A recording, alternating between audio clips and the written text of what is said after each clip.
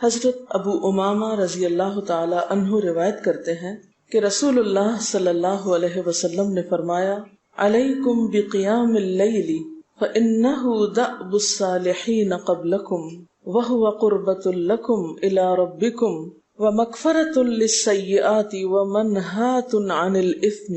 حضرت ابو امامہ رضی اللہ تعالی عنہ سے روایت ہے کہ رسول اللہ صلی اللہ علیہ وسلم نے فرمایا، تہجد ضرور پڑھا کرو کیونکہ وہ تم سے پہلے صالحین کی روش ہے۔ یعنی یہ نماز صرف امت مسلمہ کے لیے نہیں بلکہ ہم سے پہلے دیگر امتوں کے جو نیک لوگ گزرے ہیں ان کی روش بھی یہی ہے، اور تمہارے لیے اپنے رب کے قرب کا وسیلہ ہے۔ یعنی تہجد وسیلہ ہے کس کا؟ اللہ کا قرب حاصل کرنے کا، اور گناہوں کے مٹنے کا ذریعہ ہے، اور مزید گناہوں سے بچنے کا سبب ہے۔ یعنی پچھلے گناہوں کے صاف ہونے کا ذریعہ، نمبر 3 مزید گناہوں سے بچنے کی طاقت انسان کو نصیب ہوتی ہے اس کے ذریعے، یعنی گناہوں سے روک بنتا ہے۔ یہ روایت جو ہے ابن خزیمہ کی ہے۔ حضرت ابو ہریرہ رضی اللہ تعالی عنہ روایت کرتے ہیں کہ رسول اللہ صلی اللہ علیہ وسلم نے فرمایا، اس شخص پر اللہ کی رحمت ہو جو رات کو اٹھا، پھر نماز تہجد پڑھی، پھر اپنی بیوی کو جگایا، پھر اس نے نماز پڑھی، پھر اگر عورت غلبہ نیند کے باعث نہ جاگی تو اس کے منہ پہ پانی کے چھینٹے مارے، اور اس عورت پر بھی اللہ کی رحمت ہو جو رات کو اٹھی، نماز پڑھی، اپنے شوہر کو جگایا، پھر اس نے نماز پڑھی، پھر اگر شوہر نہ جاگا تو اس کے منہ پر پانی کے چھینٹے مارے۔ برابر کی بات ہے، دونوں کے لیے اجر بھی برابر کا ہے، اور دونوں کو حق بھی برابر کا ہے جگانے کا، اور دونوں کو پانی کا چھینٹا مارنے کا بھی حق ہے، اور اس میں کسی کی بھی بے عزتی کی بات نہیں۔ یعنی عورت اگر ایسا کرے اپنے شوہر کے ساتھ تو وہ اس کی طرف سے کوئی روڈنس نہیں ہوگی، کیونکہ عام طور پر جب کسی کو نیند کی حالت میں جگایا جاتا ہے اور خصوصاً اگر اس پہ پانی پھینک دیا جائے تو وہ کیا سمجھتا ہے کہ اس کی بہت بے عزتی ہو گئی یا اس کے ساتھ بہت برا کیا گیا، اور عموماً لوگ اس وقت بہت غصے کا مظاہرہ پھر کرتے ہیں کہ کیوں جگایا جا رہا ہے۔ حضرت ابو ہریرہ رضی اللہ تعالی عنہ کہتے ہیں کہ رسول اللہ صلی اللہ علیہ وسلم فرماتے تھے، فرض نماز کے بعد سب نمازوں سے افضل تہجد کی نماز ہے۔ یعنی فرائض بہرحال افضل ہے، اور نوافل میں سب سے افضل تہجد کی نماز۔ رسول اللہ صلی اللہ علیہ وسلم نے فرمایا، جب انسان سوتا ہے تو شیطان اس کے سر کی گدی پر 3 گریں لگاتا ہے اور کہتا ہے کہ رات بڑی لمبی ہے، اور اس کو تھپکی دیتا ہے اور کہتا ہے لمبی رات ہے، ابھی سوئے رہو، ابھی ٹائم ہے، ٹھہر کے اٹھنا، یعنی اس کو سلائے رکھتا ہے۔ اگر وہ بیدار ہو کر اللہ کا ذکر کرے، یعنی آنکھ کھلے اور اللہ کا ذکر کو شروع کر دے تو ایک گرہ کھل جاتی، شیطان کے پھندے سے انسان آزاد ہونے لگتا ہے۔ اگر وضو کرے تو دوسری گرہ کھل جاتی، اگر نماز پڑھے تو تیسری گرہ کھل جاتی، اور وہ شادمان اور پاک نفس ہو کر صبح کرتا ہے۔ یعنی جو شخص صبح نماز کے وقت پر، تہجد کے وقت، یا پھر کم از کم فجر کے وقت اٹھ جاتا ہے، اللہ کا ذکر کرتے ہوئے وضو کرے اور پھر نماز پڑھ لے، سورج نکلنے سے پہلے پہلے یہ کام کر لے، تو وہ ایک مطمئن شخص کی طرح اٹھتا ہے، ورنہ اس کی صبح خبیث اور سست نفس کے ساتھ ہوتی۔ عام طور پر ہم اطمینان کی تلاش میں رہتے ہیں، سکون کی تلاش میں رہتے ہیں، اور یہ سوچتے ہیں کہ ہمیں ڈپریشن ہے یا ہمارے اندر ایک غم ہے، تو ہم اس کے اسباب نہیں جانتے کہ سبب کیا ہے۔ ان کے اسباب میں سے ایک بڑا سبب شیطان کی گرفت میں ہونا ہے، اور شیطان اپنی گرفت ویسے تو دن کے وقت بھی انسان پر رکھتا ہے، لیکن خصوصاً رات کے وقت جب انسان سو جاتا ہے تو وہ نہیں چاہتا کہ سوتا ہوا اٹھے انسان، اور اگر انسان ہمت کر کے اٹھ جاتا ہے، ذکر کرتا ہے، وضو کرتا ہے اور نماز پڑھ لیتا ہے تو یہیں سے اطمینان قلب کا آغاز ہو جاتا ہے، اس کی تسلی ہو جاتی۔ رسول اللہ صلی اللہ علیہ وسلم نے فرمایا، اللہ تعالیٰ ہر رات آسمان دنیا پر نزول فرماتے ہیں، یعنی زمین سے سب سے قریبی آسمان پر۔ جب 1/3 رات باقی رہ جاتی ہے تو فرماتے ہیں، ہے کوئی جو مجھے پکارے؟ اس وقت اللہ تعالیٰ بندوں کو پکارتے ہیں، ہے کوئی جو مجھے پکارے میں اس کی دعا قبول کروں، ہے کوئی جو مجھ سے مانگے میں اس کو دوں، ہے کوئی جو مجھ سے بخشش طلب کرے تو میں اس کو بخش دوں۔ گویا یہ وقت دعا کی قبولیت کا وقت ہے، انسان جو مانگے اس کو ملتا ہے، اور خصوصی طور پر بخشش کے طلب کرنے کا وقت، جیسے قرآن پاک میں آتا ہے وَبِالْأَسْحَارِ هُمْ يَسْتَغْفِرُونَ وَبِالْأَسْحَارِ هُمْ يَسْتَغْفِرُونَ، اور سحری کے وقت وہ استغفار کرتے ہیں۔ اب ہو سکتا ہے کہ آپ کہیں کہ نہیں، ہم نے تو زندگی میں کوئی خاص گناہ کیے ہی نہیں، اس لیے ہمیں تو بخشش کی ضرورت ہی نہیں۔ بخشش مانگے گناہگار لوگ، ہم تو نیک لوگ ہیں، نیک کام کرتے ہیں، دن رات قرآن پڑھتے پڑھاتے ہیں، اس لیے ہماری تو ضرورت نہیں۔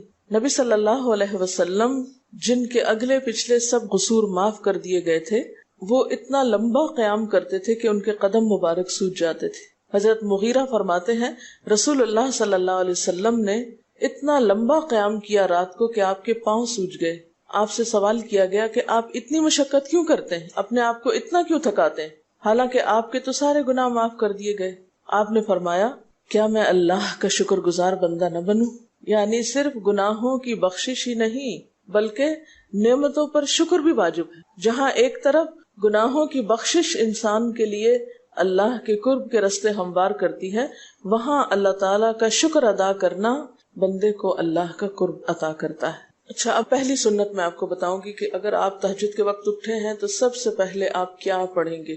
حضرت عائشہ رضی اللہ تعالیٰ عنہا فرماتی ہیں کہ رسول اللہ صلی اللہ علیہ وسلم جب رات کو تہجد کے لیے اٹھتے تو یہ پڑھتے 10 بار اللہ اکبر، 10 بار الحمدللہ، 10 بار سبحان اللہ و بحمدہ، 10 بار سبحان الملک القدوس، 10 بار استغفر اللہ، 10 بار لا الہ الا اللہ، اور پھر 10 بار اللہم اعوذ بک من ضیق الدنیا و ضیق یوم القیامہ، میں تیری پناہ میں آتا ہوں دنیا کی تنگی سے اور قیامت کے دن کی تنگی سے۔ اللہم اعوذ بک من ضیق ضاد یہ قاف من ضیق الدنیا و ضیق یوم القیامہ، یہ بھی 10 بار۔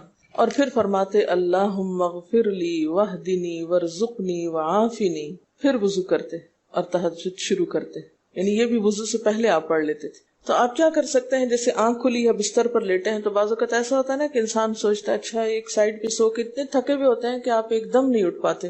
حالانکہ آپ صلی اللہ علیہ وسلم کے نیند سے بیدار ہونے کا طریقہ کیا تھا کہ جب آپ اٹھتے تھے تو یکدم اٹھتے تھے، سستی کے مارے نہیں کہ کبھی ایک طرف لیٹ گئے پھر دوسری طرف سو گئے پھر دائیں طرف پھر بائیں طرف، نہیں، جب جاگنے کا وقت ہوتا تھا تو آپ فوراً اٹھ جاتے تھے۔ لیکن بسا اوقات ایسا ہوتا ہے کہ انسان تھکا ہوا ہوتا ہے، سائڈ بدل کے دوسری طرف کو ذرا لیٹتا ہے، تو یہ لیٹے لیٹے بھی آپ اذکار پڑھ سکتے ہیں، ٹھیک ہے؟ اور یہ سب آپ کو آتے ہی ہوں گے سوائے ایک وہ ذکر کے اللہم اعوذ بک من ضیق الدنیا و ضیق یوم القیامہ، اور ترتیب آپ یاد کر لیں اپنے بیڈ سائڈ ٹیبل پہ یا بیڈ پہ یا کہیں بھی، یہ نوٹس کسی پین کے ساتھ لکھ کے لگا دیں، چپکا دیں، اور جب یاد ہو جائے تو پھر اتار دیں، جب عادت بن جائے تو ہٹا دیں وہاں سے، ٹھیک ہے نا؟ جتنے دن عادت نہیں بنتی اتنے دن اپنے یادداشت کے لیے رکھ لیں۔ اسی طرح نیند سے اٹھ کر لا الہ الا اللہ وحدہ لا شریک لہ لہ الملک ولہ الحمد وہو علی کل شیء قدیر الحمد للہ وسبحان اللہ واللہ اکبر ولا حول ولا قوۃ الا باللہ، یہ بھی پڑھ سکتے ہیں۔ اچھا، ضروری نہیں کہ سب کچھ ایک ہی دن میں پڑھ لیں، یہ بھی آپ کر سکتے ہیں کہ ایک دن میں ایک چیز پڑھ لیں، دوسرے دن دوسری پڑھ لیں، تیسرے دن تیسری پڑھ لیں، ٹھیک ہے نا؟ اور اگر ساری ایک دن بھی پڑھنا چاہیں، دیکھیں وقت کی بات ہے نا، ہو سکتا ہے اس وقت عمر کے اس حصے میں آپ پہ بہت ذمہ داریاں ہوں، آپ یہ سب کچھ نہ پڑھ سکتے ہوں، لیکن زندگی کا ایک ایسا وقت بھی آتا ہے جب انسان بوڑھا ہو جاتا ہے، جب اس کے اوپر باقی ذمہ داریاں کم ہو جاتی ہیں، پھر نیند بھی کم ہو جاتی ہے، پھر زیادہ عبادت کا موقع ملتا ہے، تو ایسے میں جب انسان کے پاس عبادت کے لیے وقت اور موقع زیادہ ہو تو پھر یہ ساری چیزیں بھی پڑھ لیں، ٹھیک ہے نا؟ پھر اسی طرح یعنی یہ جو روایت ہے کہ جس میں آپ صلی اللہ علیہ وسلم نے فرمایا جو شخص نیند سے جاگے، اور یہ تہجد کے وقت ہی نہیں، اگر فجر کے لیے بھی آپ اٹھ رہے ہیں تو یہ دعا پڑھ سکتے ہیں، لا الہ الا اللہ وحدہ لا شریک لہ، اور پھر الحمدللہ وسبحان اللہ واللہ اکبر ولا حول ولا قوۃ الا باللہ، پھر کہے اللہم اغفر لی، پھر کیا پڑھے اللہم اغفر لی، یا کوئی اور دعا کرے تو قبول ہوگی، اور اگر وضو کر کے نماز پڑھے تو وہ بھی قبول کی جائے گی۔ صبح اٹھتے ہی اللہ کی تعریف، اور آپ کو معلوم ہے کہ یہ جو چوتھا کلمہ ہے نا لا الہ الا اللہ وحدہ، اس کو دعا بھی کہا گیا، حالانکہ اس میں صرف اللہ تعالیٰ کی حمد و ثنا ہے، اور یہ یوم عرفہ کی دعا ہے۔ حدیث میں آتا ہے کہ مجھے اور مجھ سے پہلے انبیاء کو اس دن کی جو بہترین دعا سکھائی گئی یعنی یوم عرفہ کی دعا وہ لا الہ الا اللہ وحدہ لا شریک لہ، حالانکہ اس میں مانگنے کی تو کوئی چیز ہی نہیں، صرف اللہ کی حمد و ثنا ہے۔ جیسے حضرت ایوب علیہ السلام نے کہا تھا انی مسنی الضر وانت ارحم الراحمین، مانگا کچھ نہیں، انت ارحم الراحمین، انت ارحم الراحمین۔ اللہ تعالیٰ کی تعریف کر کے اللہ تعالیٰ کے نام کے ساتھ اس کو اگر انسان پکار لیتا ہے تو یہ بھی اس کے لیے بہت کافی۔ ایک اور روایت میں آتا ہے رسول اللہ صلی اللہ علیہ وسلم جب تہجد کے لیے اٹھتے یعنی آپ ایک مرتبہ اٹھے، یعنی جو صحابی روایت کرتے ہیں، تو آپ نے بیٹھنے کے بعد آسمان کی طرف نظر کر کے سورۃ آل عمران کی آخری 11 آیات 190 سے لے کر 200 تک 11 آیتیں یہ پڑھی، ان فی خلق السماوات سے لے کر بالکل آخر تک.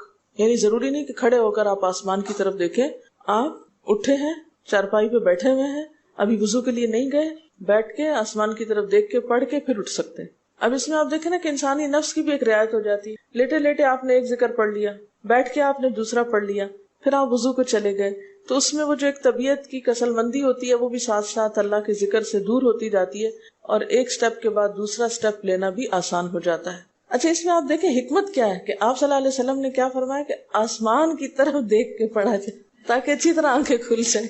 تو زبانی یاد کرنے کا مطلب یہ نہیں کہ آپ آنکھیں بند کر کے سوئے سوئے پڑھیں، کیونکہ بعض اوقات ایسا ہوتا ہے نا، آنکھ کھلتی ہے، ذکر شروع کرتے ہیں اور پھر پتہ ہی نہیں چلتا اور ذکر آدھے میں رہ جاتا ہے اور سو چکے ہوتے ہیں. اور پھر اگر آپ کو زبانی یاد نہیں ہوگی نا، دیکھ کے پڑھیں گے تو وہ الماری کی طرف ہی دیکھتے رہیں گے، آسمان کی طرف نہیں دیکھ سکیں گے، تو پھر سنت پوری نہیں ہو سکے گی. اور اسی طرح حضرت ابن عباس روایت کرتے ہیں کہ جب رسول اللہ صلی اللہ علیہ وسلم رات کو تہجد کے لیے کھڑے ہوتے تو اللہ پر تکبیر تحریمہ کے بعد یہ دعا پڑھتے: اللہم لک الحمد انت قیم السماوات والارض ومن فیہن ولک الحمد لک ملک السماوات والارض ومن فیہن ولک الحمد انت نور السماوات والارض ولک الحمد انت ملک السماوات والارض ولک الحمد انت الحق ووعدك الحق ولقاؤك حق وقولك حق والجنة حق والنار حق والنبيون حق ومحمد صلی اللہ علیہ وسلم حق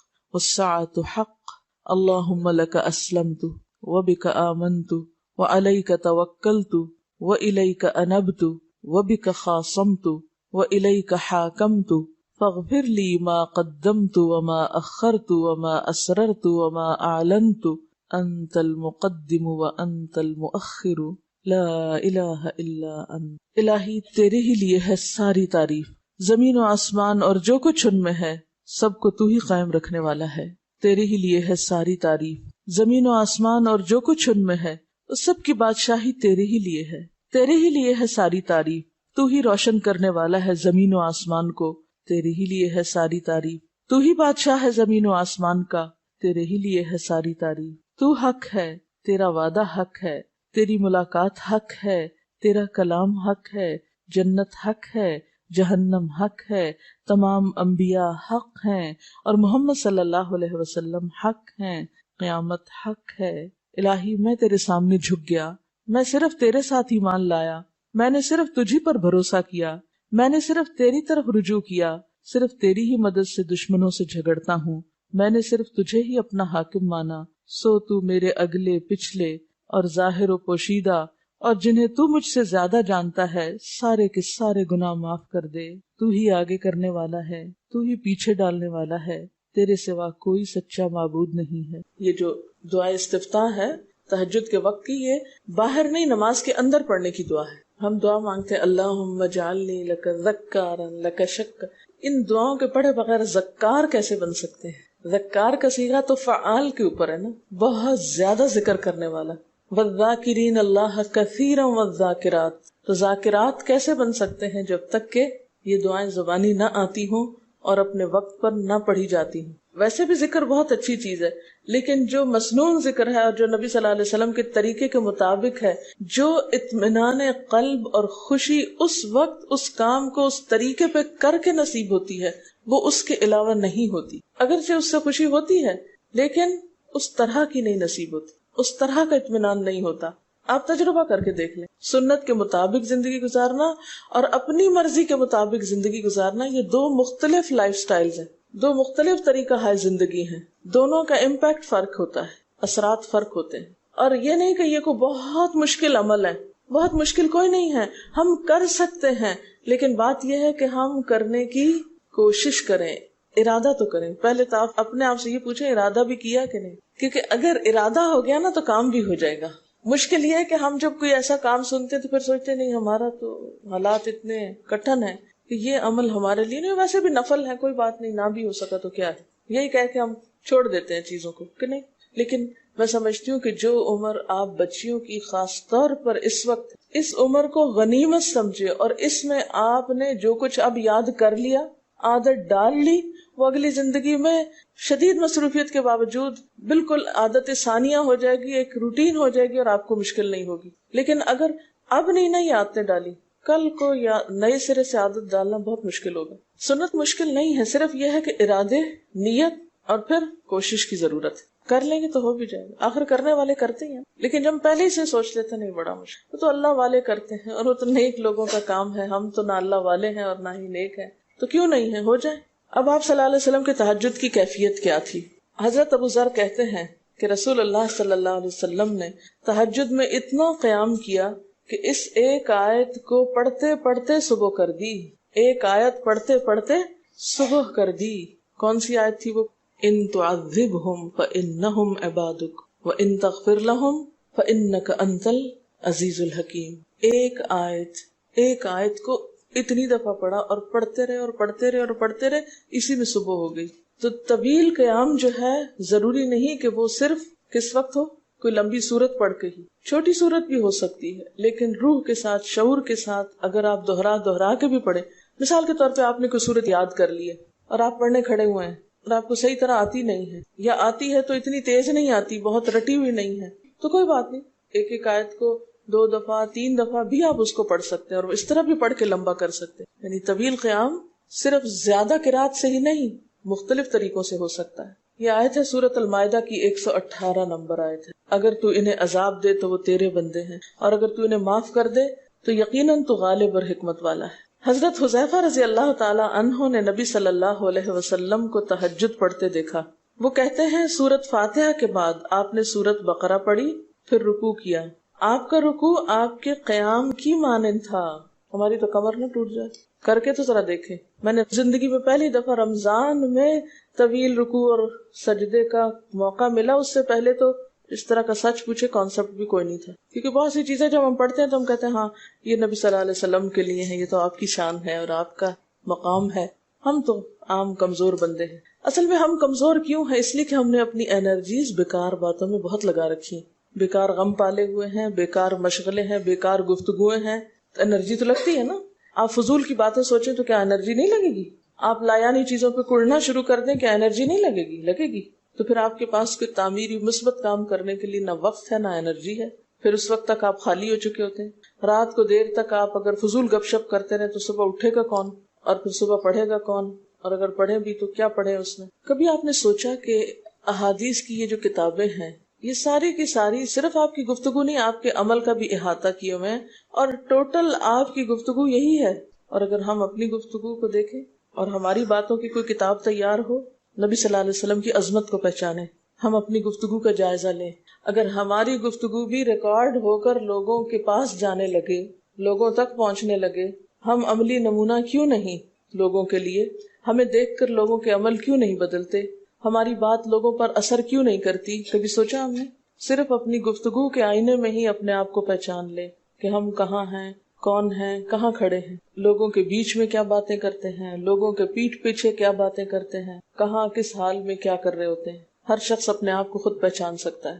کیا واقعی ہم اس لائق ہیں کہ کوئی ہم سے کچھ سیکھے؟ صرف اپنی گفتگو کے آئینے میں خود کو پہچانے. بعض اوقات کتنا بیکار بولتے ہیں، کتنا بے مقصد بولتے ہیں، کتنا ضرورت سے زائد بولتے ہیں. اس کا یہ مطلب نہیں کہ مصنوعی خاموشی اپنے اوپر مسلط کر لیں، کیونکہ پھر ہم دوسری ایکسٹریم پہ نکل جاتے ہیں. لیکن بامقصد گفتگو کتنی ہے ہماری باتوں میں جو واقعی فائدہ مند ہو، تو پھر ذرا روک بھی لیا کریں نا اپنے آپ کو. اپنے ساتھ خود ہی محنت کریں گے تو بات بنے گی. سوچیں تو احساس تو کریں. جب کریں گے تو انشاءاللہ کامیابی بھی ہوگی. لیکن پہلی بات تو یہ نا کہ ہم جو کچھ کرتے ہیں نہ اس کا حساب کرتے ہیں، نہ اس کے بارے میں سوچتے ہیں کہ ہم کر کیا رہے ہیں. ہمیں نیکی نہ کرنے کا موقع یا ہمارے نیکی نہ کرنے کا ایک سبب اور ایک بڑی وجہ ہماری انرجیز کا بیکار چیزوں میں استعمال ہونا ہے، فضول کی سیاست میں ملوث ہونا ہے. اپنی ذمہ داریوں کا ہمیں ہوش نہیں ہوتا، دوسروں کے کاموں میں مداخلت خوب سوچتی ہے. خود کیا کر رہے ہیں اس کا کچھ پتہ نہیں، دوسرے کیا کر رہے ہیں اس سے بہت دلچسپی، یا کیا نہیں کر رہے. بہت سے لوگ، بہت سی خواتین کمر درد کی شکایت کرتے ہیں، اور اس کی ایک بڑی وجہ نمبر 1 رکوع کا صحیح پوزیشن پہ نہ ہونا ہے، اور نمبر 2 اس پوزیشن پہ کوئی ایکسرسائز نہیں ہماری ہوتی. یہ بتا رہی ہیں کہ کسی کی کمر میں درد تھا اور ٹھیک نہیں ہوتا تھا کسی چیز سے، تو ڈاکٹر نے ان کو یہ مشورہ کیا کہ طویل رکوع اور طویل سجدے کریں، بیسٹ ایکسرسائز ہے، کر کے تو دیکھیں۔ اور اس میں آپ دیکھیے کہ صحیح پوزیشن پہ لائیں، بالکل اسٹریٹ رکھیں گردن اور کمر کو، پیٹھ اور گردن ایک لائن میں آنی چاہیے۔ بہت سے لوگ یوں ٹیڑھی کرتے، یوں کر کے بس کرتے، یہ غلط پوزیشن ہے، اس سے تو اور بیمار ہو سکتے ہیں۔ کئی لوگ سر پھینک دیتے ہیں نیچے کو، یہ بھی غلط پوزیشن ہے، اس سے بھی کام خراب ہوتا ہے۔ اگر آپ صحیح پوزیشن پہ رکوع لمبا کریں تو یقینی طور پہ کمر درد کا علاج ہے۔ پٹھے مضبوط ہوتے ہیں نا کمر کے، آپ اس کو روک کے رکھے ہوتے ہیں ایک سیدھی لائن میں۔ 2 فیٹ کے درمیان کا فاصلہ بھی بہت معتدل رکھیں، نہ تو بہت قریب رکھیں اور نہ بہت کھلا رکھیں، بالکل معتدل، جس میں آپ آرام سے سکون سے کھڑے ہو سکیں اور آپ کا بیلنس قائم رہے۔ بیلنس کو قائم کرنا بے حد ضروری، ٹھیک ہے۔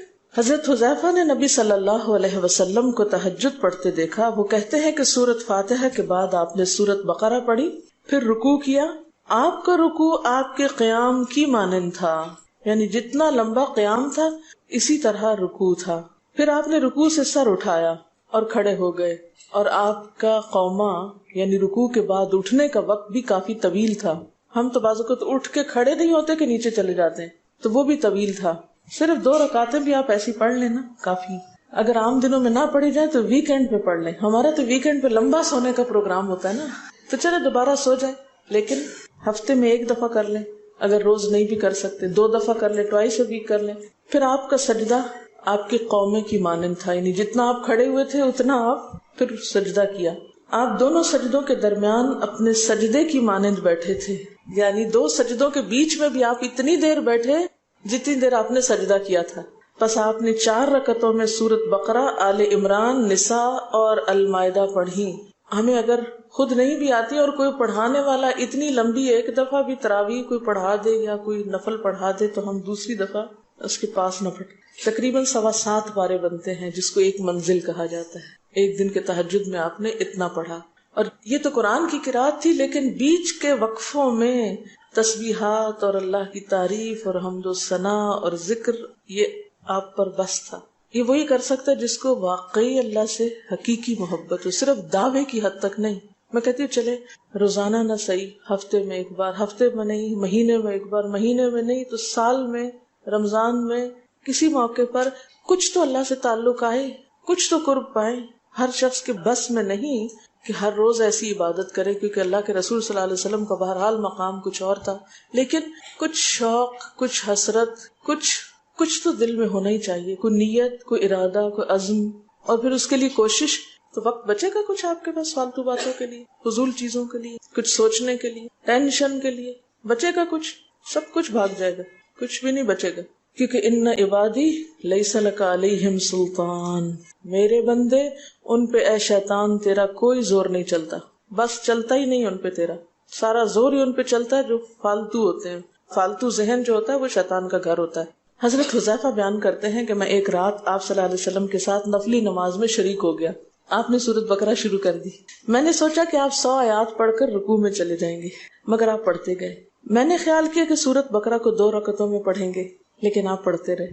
آپ نے سورۃ بقرہ ختم کر کے سورۃ نساء شروع کر دی، پھر ختم کر کے آل عمران پڑھنی شروع کر دی، اس کو بھی ختم کر دیا۔ آپ نہایت آہستگی سے پڑھتے جاتے تھے، جب ایسی آیت تلاوت کرتے جس میں سبحان اللہ کہنے کا حکم ہوتا ہے، جیسے سبح بحمد ربی جیسے مثال کے طور پر، تو سبحان اللہ کہتے۔ اگر کچھ مانگنے کا ذکر ہوتا تو سوال کرتے، اگر پناہ مانگنے کا ذکر ہوتا تو اعوذ باللہ پڑھتے۔ اس حدیث سے یہ بھی پتہ چلتا ہے کہ سورتوں کی ترتیب ضروری نہیں، کیونکہ آپ نے پہلے النساء پڑھی پھر آل عمران پڑھی۔ یہ جو ہر وقت لوگ پیچھا کیے رکھتے ہیں نا، بعض اوقات تو بہت ضد کرتے ہیں کہ آپ نے پہلی رکعت میں یہ پڑھائی تھی تو دوسری میں یہ کیوں پڑھا دی۔ یہ تو سنت میں ملتا ہے کہ پہلی رکعت طویل ہے دوسری کے مقابلے میں، لیکن یہ لازم نہیں کہ جو پہلی میں پڑھے اس کے بعد آگے والی صورتوں میں سے پڑھے، پیچھے والی بھی سے نہیں پڑھ سکتے۔ رسول اللہ صلی اللہ علیہ وسلم نے عبداللہ بن عمرو سے کہا، مجھے بتلایا گیا ہے کہ تم ساری رات نفل پڑھتے اور دن کو روزہ رکھتے ہو، اگر تم ایسا کرو گے تو تمہاری آنکھ کمزور اور طبیعت سست ہو جائے گی، یعنی ہر روز روزہ اور ہر رات جگراتا تمہاری جان اور تمہارے بال بچوں کا بھی تم پر حق ہے، اس لیے روزہ رکھو اور افطار بھی کرو اور رات کو قیام کرو اور سو بھی۔ یعنی ساری رات تہجد پڑھنا یا نفل پڑھنا پسندیدہ نہیں ہے، رات کو سونا بھی پسندیدہ ہے۔ ہمارے ہاں 27ویں رات کو پوری رات جاگنا لازم سمجھا جاتا ہے، تو نبی صلی اللہ علیہ وسلم سے کوئی رات بھی پوری کی پوری جاگنا ثابت نہیں، کیونکہ اگر انسان صرف جاگتا ہی جاگتا چلا جائے تو وہ آسان ہوتا ہے، ایک دفعہ سو کے پھر اٹھنا جو ہے نا وہ اصل میں نفس کا امتحان ہوتا ہے، وہ مشکل ہوتا ہے۔ اسی طرح نبی صلی اللہ علیہ وسلم 3 دن سے کم میں قرآن مجید ختم کرنا پسند نہیں فرماتے تھے۔ آپ نے حضرت عبداللہ بن عمرو سے فرمایا کہ 1 ماہ میں پورا کر لو۔ انہوں نے عرض کی میں اس سے زیادہ تلاوت کی طاقت رکھتا ہوں، تو فرمایا 20 دن میں کر لو۔ ان کا میں اس سے زیادہ کی طاقت رکھتا ہوں، فرمایا 7 دن میں ختم کر لیا کرو، اس سے زیادہ کی اجازت نہیں، یعنی وہ ایک منزل کر کے۔ صحابہ کرام چونکہ اس زمانے میں مصحف اس طرح تھوڑی چھپے ہوئے تھے کہ کتابوں کی شکل میں ہوں، جو قرآن تھا لوگوں کے سینوں میں تھا، یاد کیے ہوئے تھے، اور وہ یاد کیا ہوا کہیں صبح کے وقت الگ بیٹھ کے نہیں پڑھا کرتے تھے، وہ کہاں پڑھتے تھے؟ تہجد میں نماز کے اندر پڑھا کرتے تھے۔ اب یہ تو ہم لوگوں کی مشکل ہوگی نا کہ ہمیں آتا کچھ نہیں زبانی، تو پھر ہم دیکھ کے پڑھتے ہیں تو نماز میں پھر وہ مشکل ہوتا ہے تو الگ رکھ کے پھر اس کو پڑھ رہے ہوتے ہیں، ٹھیک ہے۔ لیکن زیادہ بہترین پڑھنا نماز کے اندر کا پڑھنا ہے، اگرچہ دیکھ کے پڑھنے کی اس میں بھی اجازت ہے، لیکن ان کی چونکہ شدید حرص تھی حضرت عبداللہ بن عمرو کی، تو آپ نے ان کو 3 دن کی پھر اجازت دے دی تھی، اور آپ نے فرمایا کہ اس شخص کو قرآن کی کچھ سمجھ نہیں ہو سکتی جو 3 سے بھی کم دن میں قرآن پڑھے۔ نبی صلی اللہ علیہ وسلم نے فرمایا جو شخص رات کے نوافل میں 200 آیات تلاوت کرتا ہے وہ اطاعت گزار مخلص لوگوں میں شمار ہوتا ہے۔ انہ من عبادنا المخلصین، وہ آتا ہے نا قرآن پاک میں انبیاء کی صفت میں سے۔ تو جو شخص رات کو نماز میں یعنی نفل میں 200 آیات تک تلاوت کرتا ہے وہ اطاعت گزار مخلص بندوں میں شمار ہوتا ہے۔ اور سنن دارمی میں واضح طور پر آتا ہے کہ نبی صلی اللہ علیہ وسلم ساری رات نوافل نہیں پڑھا کرتے تھے،